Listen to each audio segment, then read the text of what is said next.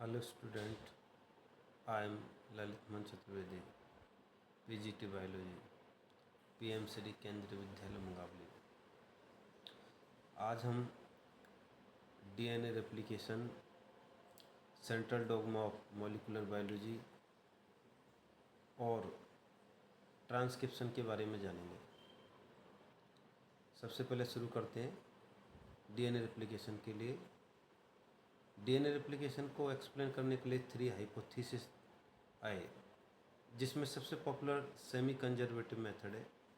इसके अलावा अगर 3 मेथड्स की बात करेंगे तो 2 मेथड्स और हैं, कंजर्वेटिव और डिस्पर्सिव। कंजर्वेटिव मेथड्स में क्या है, दोनों स्टैंड एक डॉटर मॉलिक्यूल में ओल्ड रहेंगे और एक में दोनों में न्यू रहेंगे।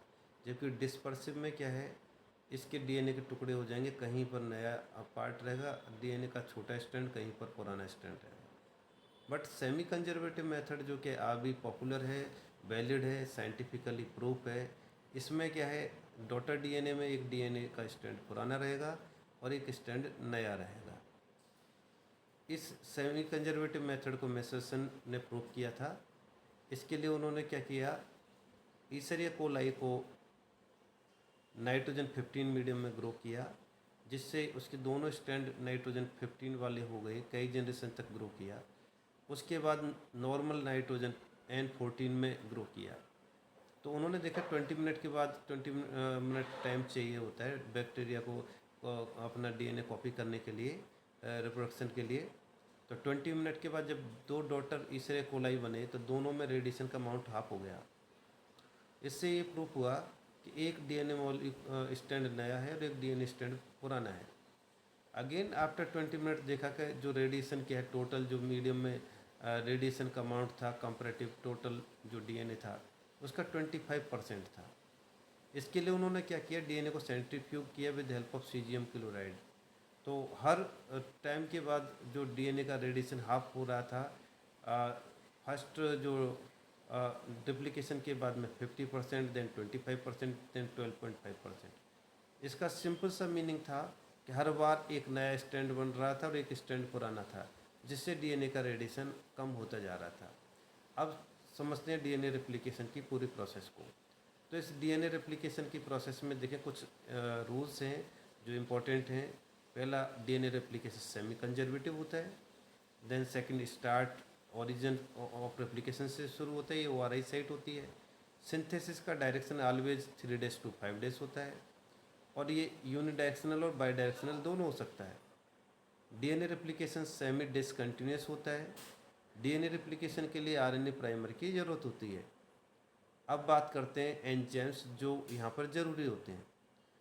सबसे पहले DNA helicase enzyme.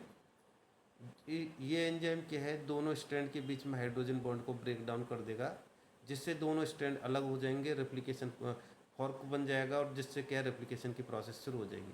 टॉपो isomerase enzyme, ये डीएनए की सुपर कॉलिंग को रिमूव करने के लिए ज़रूरी होता है। सिंगल स्ट्रैंड बाइंडिंग प्रोटीन, ये डीएनए के दोनों स्ट्रैंड के बीच में दोबारा हाइड्रोजन बॉन्ड बनने से रोकने के लिए होता है। प्राइमेज, ये डीएनए के ऊपर आरएनए प्राइमर बनाता है, जिसके ऊपर डीऑक्सीराइबोन्यूक्लियोटाइड आके सेकंड स्ट्रैंड जो सप्लीमेंट्री स्ट्रैंड है डीएनए का वो बना सकते हैं। DNA polymerase, it has 3 type. DNA polymerase first, ये एक्सोन्यूक्लियस एक्टिविटी होती है, आरएनए प्राइमर को रिमूव करने में मदद करता है न्यू स्ट्रैंड और ओल्ड स्ट्रैंड के बीच से, जिससे दोनों स्ट्रैंड कॉम्प्लीमेंट्री होकर डबल स्ट्रैंड डीएनए बना सके। डीएनए पॉलीमरेज सेकंड, जो डीएनए की रिपेयरिंग का फंक्शन करता है। और मेन एंजाइम होता है वो होता है डीएनए पॉलीमरेज थर्ड। ये एंजाइम क्या है, यहाँ पर न्यूक्लियोटाइड को ऐड करके डीएनए रेप्लिकेशन को पूरा करता है। डीएनए लाइगेज, ये डीएनए के फ्रेगमेंट्स को जोड़ने का काम करता है। डीएनए लाइगेज मेनली क्या जब यूज आता है, जब लैगिंग स्ट्रैंड पर डीएनए के छोटे छोटे टुकड़े बनते हैं, जिनको ओकाजा के फ्रेगमेंट बोलते हैं। This fragment can ligate with DNA ligase. Following steps are involve in prokaryotic cell. First of all, origin of replication identification. So, origin of replication is site where the repeated DNA is found. अब आप सोचिए repeated DNA है तो क्या है, यहाँ पर इसका कोई अमीनो एसिड की इंफॉर्मेशन होगी नहीं। ये केवल क्या है आइडेंटिफिकेशन के लिए यूज होता है। ओ आर आई अगर इस कोलाई की बात करें तो यहाँ पर 80 रिपीटेड सीक्वेंस होते हैं, लगभग 245 बेस पेयर होते हैं। और इसमें जो रिपीटेड सीक्वेंस है 13 बेस पेयर जो क्या है और 9 बेस पेयर की रिपीटेड सीक्वेंस देखने को मिलती है। First of all DNA replication में क्या है, दोनों स्ट्रैंड अलग होते हैं सुपर कॉइलिंग रिमूव होने के बाद। अब एंजाइम अपना काम करना शुरू करते हैं। तो एंजाइम जिस सीक्वेंस में काम करते हैं उनमें सबसे पहले टॉपोआइसोमरेज काम करता है। टॉपोआइसोमरेज सुपर कॉइलिंग को रिमूव करता है। देन हेलिकेज हाइड्रोजन बॉन्ड को ब्रेक डाउन करता है और एसएसबी प्रोटीन उसके बाद में जो कि यहाँ पर जो हाइड्रोजन बॉन्ड को बनने से रोकता है। इसके बाद अब रियल प्रोसेस शुरू होती है। इस रियल प्रोसेस में सबसे पहले जो इनिशिएशन जो होता है उसमें डीएनए जो क्या है, सबसे पहले एक प्रोटीन कॉम्प्लेक्स जिसको डीएनए या इनिशिएशन प्रोटीन कॉम्प्लेक्स कहते हैं, उसको आइडेंटिफाई करके बाइंड अप करता है। ये एटीपी की हेल्प से पूरा प्रोसेस होता है और एनर्जी टेकिंग प्रोसेस होता है। इसके साथ ही क्या होता है, हेलिकेज एंजाइम जिसको डीएनए भी कहते हैं, हाइड्रोजन बॉन्ड को ब्रेक डाउन करता है और उसके बाद में एसएसबी प्रोटीन इन बॉन्ड को दोबारा बनने से रोकती है। तो इस तरीके से रेप्लिकेशन फॉर्क खुल चुका है। अगले स्टेप में डीएनए प्राइमेज जो होता है आरएनए प्राइमर बनाता है। इस प्राइमर के ऊपर ही क्या है आगे जो क्या है डीएनए स्टैंड बनना है। जब ये प्रोसेस कंप्लीट हो जाती है तो हम अब काम आता है डीएनए पॉलीमरेज थर्ड का, जो कि इलोंगेशन का काम करता है। डीएनए पॉलीमरेज थर्ड जो आरएनए प्राइमर के काम को एक्सटेंड करता है, तो डीऑक्सीराइबोन्यूक्लियोटाइड को इस पर लगाता है 3' to 5' डायरेक्शन में। जो डीएनए का टेम्पलेट स्टैंड है उसका 5' से 3' ओरिएंटेशन जो होता है उस पर कंटिन्यूस यहाँ पर डीएनए सिंथेसिस होता है, तो इसको लीडिंग स्टैंड बोलते हैं। दूसरा जो स्टैंड है 5' to 3' डायरेक्शन जो ओल्ड डीएनए का, उसमें डिसकंटिन्यूस जो कि यहाँ पर स्टैंड बनेगा। और जो डिसकंटिन्यूस स्टैंड बनेगा तो उसके कारण क्या होगा, छोटे छोटे टुकड़े डीएनए के बनेंगे। इन टुकड़ों को ओकाजाकी फ्रेगमेंट बोलेंगे और इस स्टैंड को हम नाम देंगे लैगिंग स्टैंड। तो यहाँ पर इस तरीके से डीएनए पॉलीमरेज थर्ड अपना काम करता है, छोटे छोटे पीस में अपना रेप्लिकेशन पूरा कर देता है। इसके बाद में जो क्या है नेक्स्ट जो स्टेप होता है डीएनए पॉलीमरेज थर्ड एक्सोन्यूक्लियेज की हेल्प से क्या है ये जो आरएनए प्राइमर को रिमूव कर देता है और जो गैप है उसको डीएनए पॉलीमरेज भरकर डीएनए को कंप्लीट कर देता है। फाइनली डीएनए लाइगेज के छोटे छोटे टुकड़ों को सील करके कंप्लीट क्या डीएनए बना देता है। तो इस तरीके से रेप्लिकेशन फॉर्क 180 डिग्री पर जो ओपन होती है वो अब धीरे धीरे वापस से ज्वाइन हो जाती है। दोनों स्ट्रैंड क्या है कि चूँकि ज्वाइन होती चली जाती है वन एंड से दूसरे एंड तक, और एक डीएनए मॉलिक्यूल से 2 डीएनए मॉलिक्यूल बन चुके होते हैं। जब 2 डीएनए मॉलिक्यूल बन जाते हैं तो टॉपोआइसोमरेज सेकंड जो यहाँ पर क्या है दोबारा से कॉइलिंग क्रिएट कर देता है और इस तरीके से नॉर्मल डीएनए लौट के आ जाते हैं। इस प्रोसेस को टर्मिनेशन के नाम से जानते हैं। अगर देखा जाए तो प्रोकैरियोटिक सेल जो होती हैं उसमें टॉपोआइसोमरेज सेकंड जो है वो गायरेज के नाम से जाना जाता है, यानी कि वहाँ पर ये काम गायरेज एंजाइम करता है। यूकैरियोटिक सेल में गायरेज एंजाइम नहीं होता है। अगर आप इसमें देखेंगे डायग्राम जो दिखाई दे रहा है इस डायग्राम में, तो यहाँ पर देखिए कि जो इस तरीके से आपको लीडिंग स्टैंड और लैगिंग स्टैंड दिखेंगे। मैं इसको एनलार्ज करके दिखाता हूँ। ये डायग्राम देखिए, ये आपको ये डायग्राम में आप देखिए, ये डायग्राम में क्या है 5' to 3' जो स्टैंड है ओल्ड, ये लीडिंग स्टैंड है, इस पर कंटिन्यूस बनेगा। दूसरा 3' to 5' है, ये लैगिंग स्टैंड है, इस पर डिसकंटिन्यूस बनेगा तो ओकाजाकी फ्रेगमेंट बनेंगे। बाई डायरेक्शनल प्रोसेस होती है, दोनों तरफ बनती है और ये बाद में इस तरीके से क्या है कंटिन्यूस हो जाएंगे। एक जो डीएनए मॉलिक्यूल से 2 डीएनए मॉलिक्यूल हमें रिसीव हो जाएंगे। यहाँ पर क्या है जो पॉलीमरेज सेकंड जो होता है उसका केवल रिपेयरिंग का काम है। मेन वर्क पॉलीमरेज थर्ड का होता है। इनको यूकैरियोटिक सेल में alpha DNA polymerase alpha, DNA polymerase delta और डीएनए पॉलीमरेज बीटा के नाम से भी जानते हैं। अलग अलग इस तरीके से नाम इनके हैं यूकैरियोटिक सेल में। अब जो इस पूरी प्रोसेस में अगर वेरिएशन देखेंगे तो वेरिएशन हमें प्रोकैरियोटिक और यूकैरियोटिक सेल में क्या दिखेंगे कि यूकैरियोटिक सेल में अगर देखेंगे तो ये केवल एस फेज में ही होता है, इसके अलावा नहीं होता, जबकि प्रोकैरियोटिक सेल में कंटिन्यूस चलता रहता है। प्रोकैरियोटिक सेल में देखेंगे तो ये क्या होता है, डबल स्टैंडर्ड सर्कुलर डीएनए होता है, जबकि यूकैरियोटिक सेल में लाइनर डीएनए होता है। प्रोकैरियोटिक सेल में रेप्लिकेशन साइटोप्लाज्म में देखने को मिलता है, जबकि यूकैरियोटिक सेल में रेप्लिकेशन जो क्या है न्यूक्लियोप्लाज्म में देखने को मिलता है। अगर बात करेंगे जो क्या है और डिफरेंसों की, तो प्रोकैरियोटिक सेल में जो रेप्लिकेशन होता है स्मॉल अमाउंट ऑफ डीएनए होता है, जबकि यूकैरियोटिक सेल में लार्ज अमाउंट ऑफ डीएनए होता है। प्रोकैरियोटिक सेल में क्या होता है, गायरेज एंजाइम की ज़रूरत होती है, जबकि यूकैरियोटिक सेल में इसकी ज़रूरत नहीं होती। प्रोकैरियोटिक सेल में डीएनए पॉलीमरेज फर्स्ट और थर्ड की ज़रूरत होती है, जबकि क्या है यूकैरियोटिक सेल में अल्फ़ा, बीटा, डेल्टा ये डीएनए पॉलीमरेज होते हैं। प्रोकैरियोटिक सेल में ओकाजाकी फ्रेगमेंट जो होते हैं उनका लार्ज साइज होता है, जबकि यूकैरियोटिक में स्मॉल होता है। प्रोसेस फास्ट प्रोकैरियोटिक सेल में होती है कंपैरेटिव टू यूकैरियोटिक सेल के। इसमें प्रोडक्ट के फॉर्मेट में जो दो सर्कुलर डीएनए होते हैं प्रोकैरियोटिक सेल में, जबकि प्रोडक्ट के फॉर्मेट में यूकैरियोटिक सेल में 2 सिस्टर क्रोमेटिड होते हैं। तो इस तरीके से हम लोगों ने देखा दोनों में डिफरेंस। बट एक और मेजर डिफरेंस है जो मैं आपको बता रहा हूँ, ORI। प्रोकैरियोटिक सेल में एक ही ORI होती है, तो एक ही जगह से क्या है बाई डायरेक्शनल डीएनए रेप्लिकेशन शुरू होता है, जबकि यूकैरियोटिक सेल में क्या है कई सारी ORI एक डीएनए मॉलिक्यूल पर होती है, तो एक डीएनए मॉलिक्यूल में कई जगह से डीएनए रेप्लिकेशन स्टार्ट हो सकता है। सो ये डीएनए रेप्लिकेशन के बारे में था। आई होप आप लोग को समझ में आया होगा। We have to transfer to next central dogma of molecular biology के बारे में सबसे पहले फ्रांसिस क्रिक ने बताया था। डॉगमा ऑफ मॉलिक्यूलर बायोलॉजी के बारे में सबसे पहले फ्रांसिस क्रिक ने बताया था। उन्होंने बताया कि जो मॉलिक्यूलर बायोलॉजी में इंफॉर्मेशन का फ्लो यूनिडायरेक्शनल होता है, डीएनए से आरएनए, आरएनए से प्रोटीन, यानी डीएनए से ट्रांसक्रिप्शन के थ्रू क्या है आरएनए बनता है और आरएनए से ट्रांसलेशन से प्रोटीन बनती है। लेकिन बाद में टेमिन और बाल्टीमोर ने रिवर्स ट्रांसक्रिप्शन एंजाइम के इनोवेशन किया और पता चला कि आरएनए से डीएनए भी बन सकता है। तो इस तरीके से रिवर्स फ्लो हो सकता है और डीएनए से डीएनए तो बन ही जाता है, जिसको रेप्लिकेशन बोलते हैं।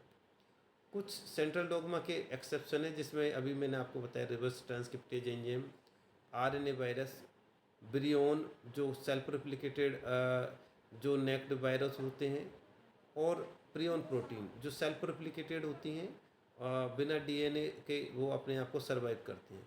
ये सेंट्रल डॉगमा के कुछ एक्सेप्शन हैं जो मैंने आपको बताए हैं। अब हमारे नेक्स्ट टॉपिक की तरफ मूव करते हैं, वो है ट्रांसक्रिप्शन। अगर बात करें ट्रांसक्रिप्शन की, तो जो ट्रांसक्रिप्शन होता है इसमें mRNA फॉर्मेशन होता है। The major difference between transcription and replication is in transcription only single strand of DNA is activated, while in replication both strands are working. And second difference, in transcription only small part of DNA is working, that is called gene, while in replication whole DNA is working. So this is the major difference. Transcription process में क्या होगा, DNA की जो copy RNA के format में हो गई और ये आरएनए आगे ट्रांसलेशन में यूज होगा।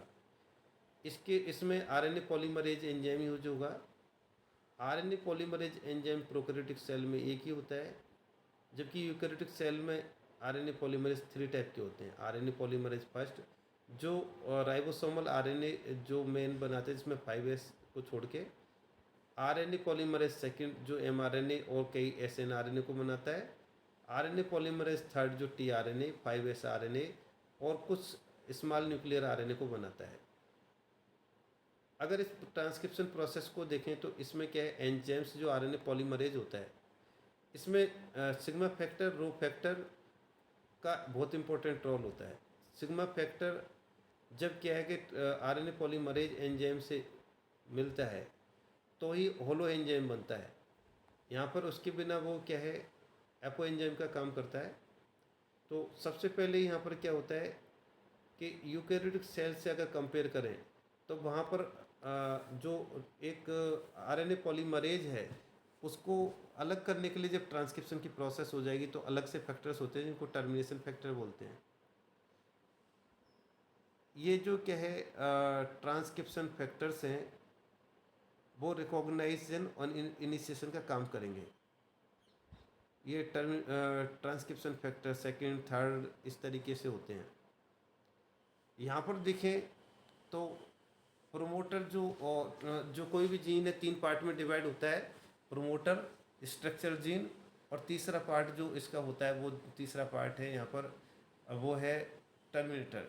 तो सबसे पहले क्या होता है, प्रोमोटर को आइडेंटिफाई किया जाता है, उसके बाद ट्रांसक्रिप्शन पर काम होता है और टर्मिनेशन पर प्रोसेस रुक जाती है। इसमें देखें डीएनए क्या टेम्पलेट का काम करता है। डीएनए के 2 स्ट्रैंड होते हैं।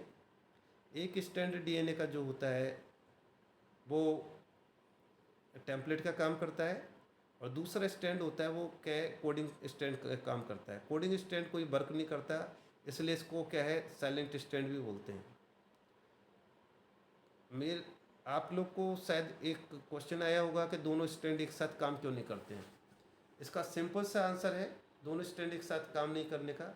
अगर दोनों स्ट्रैंड एक साथ काम करेंगे तो क्या होगा, ऐसा आरएनए बनेगा कि दोनों स्ट्रैंड आरएनए बनाएंगे और वो आरएनए के दोनों स्ट्रैंड कॉम्प्लीमेंट्री होंगे और कॉम्प्लीमेंट्री आरएनए होने से क्या डबल स्ट्रैंड आरएनए बन जाएगा। Double strand RNA is not able to join ribosome and in such a way it can stop to translate. तो इस तरीके से जब ट्रांसलेशन होगा ही नहीं तो ये आरएनए क्या है, हमारे लिए यूजलेस होगा। इसलिए ज़रूरी है कि केवल सिंगल स्ट्रैंड आरएनए बने, तो इसलिए एक स्ट्रैंड इसका वर्क नहीं करता, केवल एक ही स्ट्रैंड इसका वर्क करता है। अब बात कर लें इस पूरी प्रोसेस में, जो सबसे पहले होता है इनिशिएशन। तो इनिशिएशन में क्या होता है, प्रोमोटर को रिकॉग्नाइज किया जाता है। इसके लिए क्या सिग्मा फैक्टर होता है, सिग्मा फैक्टर प्रोमोटर को रिकॉग्नाइज करता है और जब सिग्मा फैक्टर उसको रिकॉग्नाइज कर लेता है तो आरएनए पॉलीमरेज की जो बाकी यूनिट हैं वो जाके उससे अटैच हो जाती हैं। तो इस तरीके से जब जैसे ही अटैच हो जाती हैं तो ये अटैचमेंट जो होता है बेस पेयरिंग के कारण होता है, जिससे कि बेस पेयरिंग के प्रोसेस में आगे जो हम न्यूक्लियोटाइड यूज़ करेंगे एक्टिवेटेड होंगे। ये activated nucleotide such we can used in replication and transcription both, दोनों जगह इनको यूज किया जाता है। हाईली एनर्जेटिक न्यूक्लियोटाइड होते हैं ये, जैसे एटीपी, सीटीपी, जीटीपी, यूटीपी, इनको आरएनए ट्रांसक्रिप्शन की जो प्रोसेस है उसमें केवल यूटीपी, सीटीपी, जीटीपी, एटीपी, ये 4 एक्टिवेटेड न्यूक्लियोटाइड यूज होते हैं। जबकि यूटीपी की जगह टीटीपी जो क्या है यूज होता है रेप्लिकेशन की प्रोसेस में। जबकि यहाँ पर आरएनए पॉलीमरेज बाइंड अप हो गया है तब कोर जो एंजाइम था वो आरएनए पॉलीमरेज का वो एनर्जी और Mg+2 आयंस की हेल्प से अब ये कंटिन्यूस क्या है राइबोन्यूक्लियोटाइड अटैच करेगा और इसमें क्या Mg+2 आयन डाईफॉस्फोएस्टर बॉन्ड जो बनाने में मदद करेंगे, जिससे न्यू आरएनए चेन बनती जाएगी। ये प्रोसेस जो प्रोमोटर से टर्मिनेटर की तरफ आगे बढ़ेगी। इस तरीके से ये पूरी प्रोसेस डीएनए टेम्पलेट स्टैंड पे होगी और जो साइलेंट स्टैंड है उस पर कोई वर्क नहीं होगा। जैसे ये टर्मिनेटर पॉइंट पर पहुंचेगा आरएनए पॉलीमरेज सेपरेट हो जाएगा। यहाँ ऑलरेडी रो फैक्टर होगा जो टर्मिनेटर पॉइंट को क्या है पहचानेगा। यहाँ पर जो क्या है NUSG प्रोटीन जो होगी ये वो प्रोटीन यहाँ पर जो इसको शिफ्ट करने में मदद करेगी, जो एंजाइम है उसको शिफ्ट करेगी। टर्मिनेशन की पूरी प्रोसेस में रो फैक्टर बहुत इंपॉर्टेंट है। ये 80 पेज एंजाइम की एक्टिविटी से इन्वॉल्व है, यानी पूरी प्रोसेस एनर्जी टेकिंग है। जैसे ही आरएनए पॉलीमरेज यहाँ पहुँचेगा न्यू आरएनए बन चुका होगा और आरएनए स्ट्रैंड सेपरेट हो जाएगा। सेंस और एंटीसेंस डीएनए स्ट्रैंड दोबारा कॉम्प्लीमेंट्री हाइड्रोजन बॉन्ड बना लेंगे और एक नया दोबारा से डीएनए जैसा था उसी स्टोर में आ जाएगा। इस डायग्राम से समझ सकते हैं। यहाँ शुरू में अगर हम देखें तो दिखाई दे रहा है ये डायग्राम में कि किस तरीके से जो क्या है यहाँ पर किस तरीके से आरएनए पॉलीमरेज जुड़ा है, उससे पहले रो फैक्टर जुड़ा है। उसके बाद क्या है, ये धीरे धीरे टर्मिनेटर की तरफ बढ़ा है और टर्मिनेशन पर रो फैक्टर ने इसको क्या है अलग कर दिया है और आरएनए की प्रोसेस पूरी हो गई है। ये सारा का सारा प्रोकैरियोटिक और यूकैरियोटिक दोनों में सेम होता है। लेकिन यूकैरियोटिक में देखें तो जो यहाँ पर डीएनए था, डीएनए हेट्रोजीनस था, यानी उसमें इंट्रॉन और एक्सॉन दोनों थे। ऐसी स्थिति में क्या है, इंट्रॉन की कॉपी आरएनए पे भी हो गई है, इसलिए प्रोकैरियोटिक सेल में जो आरएनए बनता है वो होमोजीनस होता है। यूकैरियोटिक सेल में जो आरएनए बनता है वो हेट्रोजीनस होता है। अब ये हेट्रोजीनस आरएनए कोई काम का नहीं होता है, जबकि प्रोकैरियोटिक सेल का आरएनए काम का होता है। तो ऐसी सिचुएशन में ये ज़रूरी है कि इसको क्या हम यूजफुल में बदलें। तो नेचुरल जो प्रोसेस जो होती है, पोस्ट ट्रांसक्रिप्शन चेंज आते हैं, इसको आरएनए प्रोसेसिंग भी बोलते हैं यूकैरियोटिक सेल में। इसमें एक साइटो ऑर्गन होता है, स्प्लियोसोम वो वर्क करता है। स्प्लियोसोम जो ऑर्गन है वो ऑर्गन यहाँ पर क्या है, लूप बनाएगा इंट्रॉन के। एक्चुअली स्प्लियोसोम में स्नर्प आरएनए, एसएन आरएनए और प्रोटीन होती है। तो ये दोनों एंड जो इंट्रॉन के उस पर जुड़ कर क्या है, इंट्रॉन को अलग करके लूप बनाकर अलग करता है। और अलग होने के बाद में जो एक्सॉन को जोड़ दिया जाता है, जिससे होमोजेनस आरएनए बन जाता है। नेक्स्ट स्टेप में 5' एंड पर 1 यूनिट 7 मिथाइल गुआनोसिन फास्फेट की जोड़ी जाती है, इसको कैपिंग बोलते हैं। और लास्ट में 3' एंड पर 200 यूनिट पॉलीएडिनाइलिक एसिड की जोड़ी जाती है, इसको टेलिंग कहते हैं। अभी एक्टिवेटेड एमआरएनए बन चुका है, इसकी हेल्प से क्या है आगे ट्रांसलेशन प्रोसेस हो सकती है। तो इस तरीके से प्रोकैरियोटिक सेल से क्या है, यूकैरियोटिक सेल में जो ट्रांसक्रिप्शन प्रोसेस है काफ़ी डिफरेंट है। खासकर अगर हम वापस से देखें तो जो प्रोकैरियोटिक सेल का जो डीएनए था उसमें कई सारे सिस्टोन थे, इसलिए उसको पॉलीसिस्टोनिक जीन भी बोलते हैं। जबकि यूकैरियोटिक जीन में केवल एक जीन में एक सिस्टोन होता है, इसलिए इसको मोनोसिस्टोनिक बोलते हैं। इसलिए स्पेस को बचाने के लिए डीएनए बहुत श्रिंक होता है, उसमें कोई इंट्रॉन नहीं होते, तो एक सिंगल मॉलिक्यूल है, बहुत सारी इन्फॉर्मेशन लेके जानी है प्रोकैरियोटिक सेल में। While in eukaryotic cell much more space is there, that's why